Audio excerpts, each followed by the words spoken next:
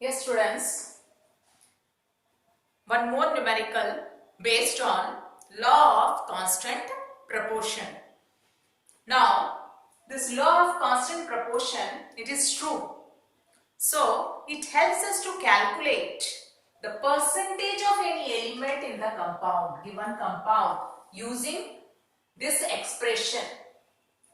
Suppose H2O, water is a compound. In this, the elements are hydrogen and oxygen. And if you want to find out the percentage of hydrogen in water in this compound, if you want to find out the percentage of hydrogen or percentage of oxygen in this compound, you can find out by using this expression.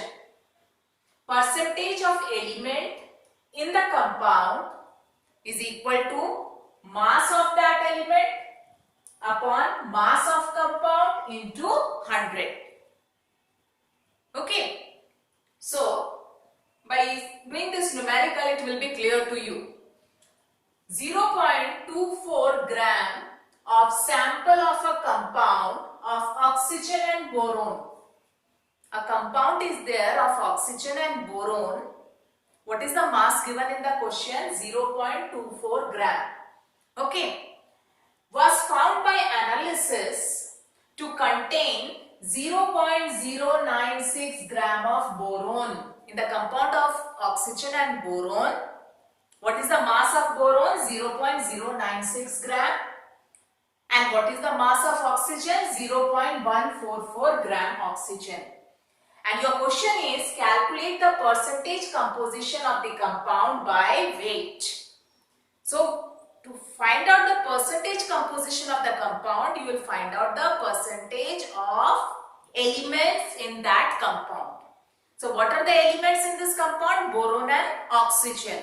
So, you will find out the percentage of boron in the compound of boron and oxygen, and also the percentage of oxygen.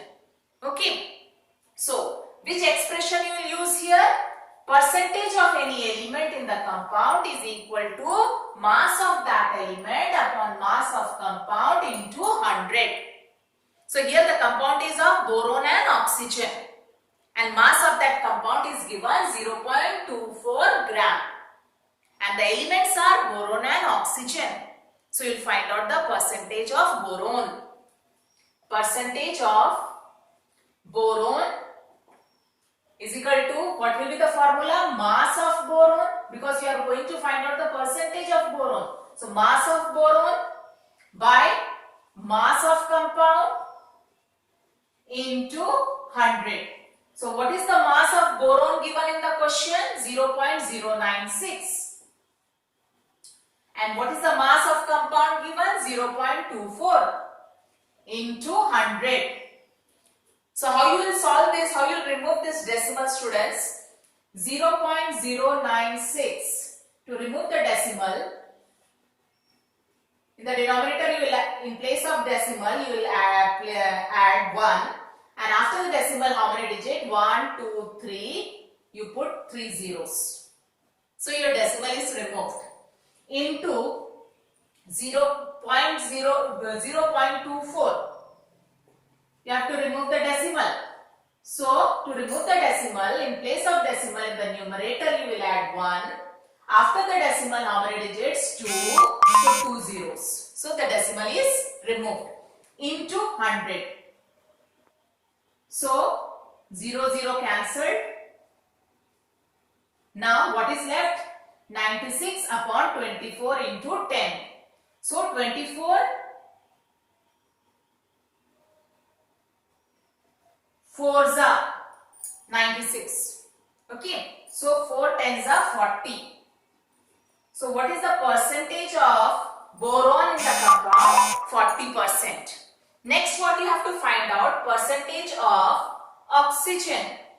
So, again the same formula you will apply to find out the percentage of oxygen. The formula will be mass of oxygen upon mass of compound into 100. So, what is mass of oxygen? 0.144. And what is mass of compound? 0.24 into 100. Okay. Again, to remove the decimal, 0.144. To remove the decimal, in the denominator, in place of decimal add 1. How many digits after that? 1, 2, 3. So 3 zeros. The decimal is removed. Into 0.24. You have to remove the decimal. So in the numerator, in place of decimal 1. After decimal, how many digits? 2. So 20 into 100. Now cancel the zeros. Now what is left? 144 upon 24 into 10. So 24 6 are 144. And 6 into 10, 60. So what is the percentage of oxygen in the compound? 60%. And what is the percentage of boron in the compound? 40%. So this way, you calculated the percentage composition of the compound by weight. Okay, so to find out the percentage of any element in the compound, the expression used is percentage of any element in the compound is equal to mass of that element upon mass of compound into 100. Okay, so students, today we completed, till now we completed two laws of chemical combination, law of conservation of mass in the last period, and today we completed law of constant proportion. Numericals also based on this law we completed, and one of the numerical to find out the percentage of element in the compound also you can find out using this expression. Okay, so students, in the next period we'll continue with atoms and molecules, difference between atom and molecules. Okay.